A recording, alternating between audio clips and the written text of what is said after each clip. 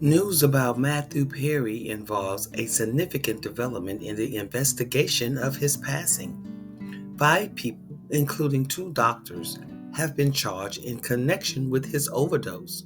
The charges stem from the distribution of ketamine, which led to Perry's passing.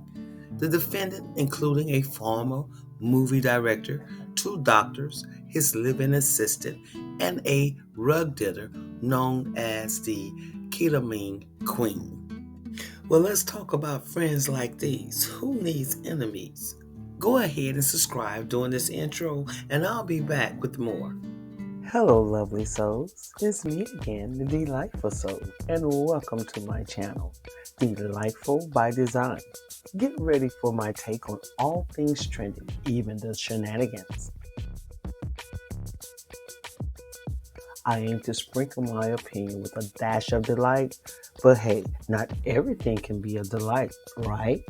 Your presence here is very appreciative, so hit that subscribe button if you want more of my delightful content. Let's dive into this story, huh? Matthew Perry had detailed his decades long struggles with drug addiction in his 2022 memoir, Friends, Lovers, and the Big Terrible Thing. He wrote that he began abusing prescription medication after he was involved in a jet ski accident on the set of the film Fools Rush in 1997 and was prescribed Vicodin. According to his book, Perry eventually escalated to taking up to 55 pills per day, which resulted in his significant weight loss that was visible during his time working on Friends. He noted that it was difficult to watch the physical transformation he went through during his time on the show. I was like brutally thin and being beaten down so badly by the disease, Perry wrote. Ketamine has been since a surge used in recent years as a treatment for depression, anxiety, and pain. People close to Perry told coroner's investigations that he was undergoing ketamine infusion therapy before his death, and he was being treated by at least two doctors, according to the Associated Press, when in fact he was injected hours before his passing. This drug at times caused Matthew Perry to just freeze up, which would explain why he was face down in his pool. Took advantage to profit for themselves.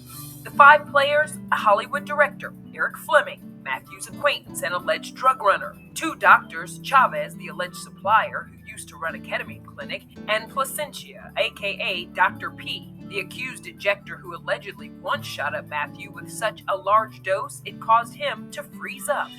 Then there's the alleged high-end celeb drug supplier, aka the Ketamine Queen, who also pled not guilty and faces life in prison after cops say she sold Matthew the lethal batch.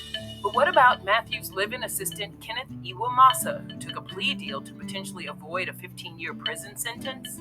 He admitted shooting up the actor at least 3 times on the day Matthew died. It was also added in the press conference that the desperation that led Perry to these individuals was not met with help, as it should have been with the doctors. This betrayal of trust is at the heart of this tragedy. This story reminds me of so many who have fallen prey to their friends like these.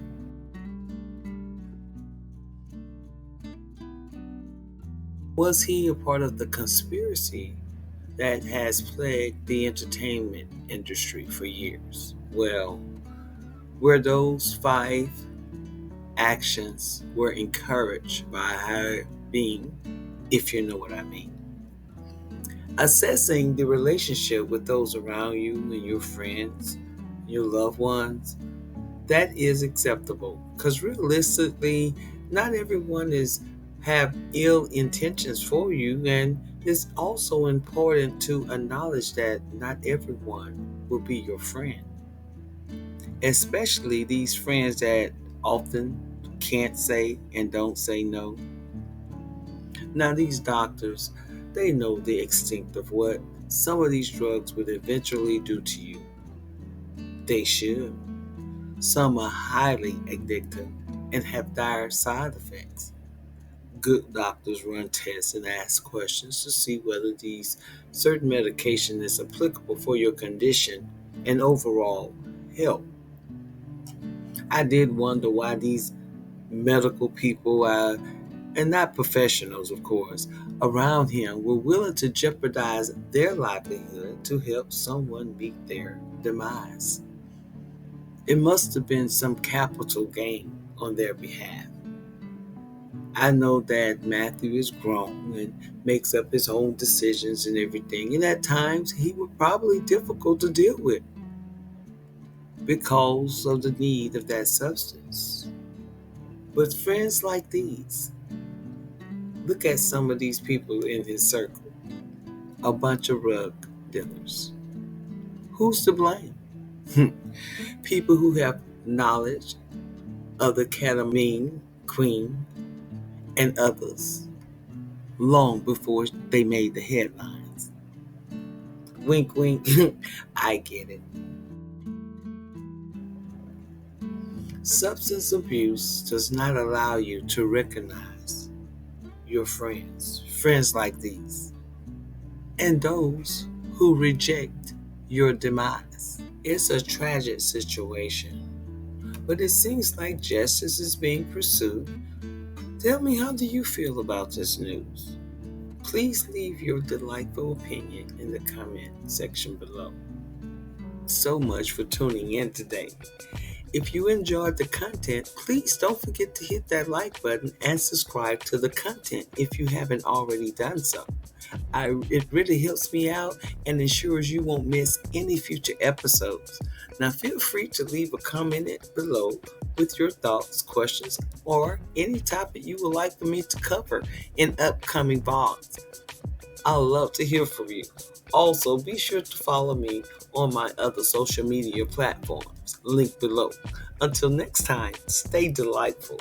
Thanks again for watching, and I'll see you in the next video. Bye for now.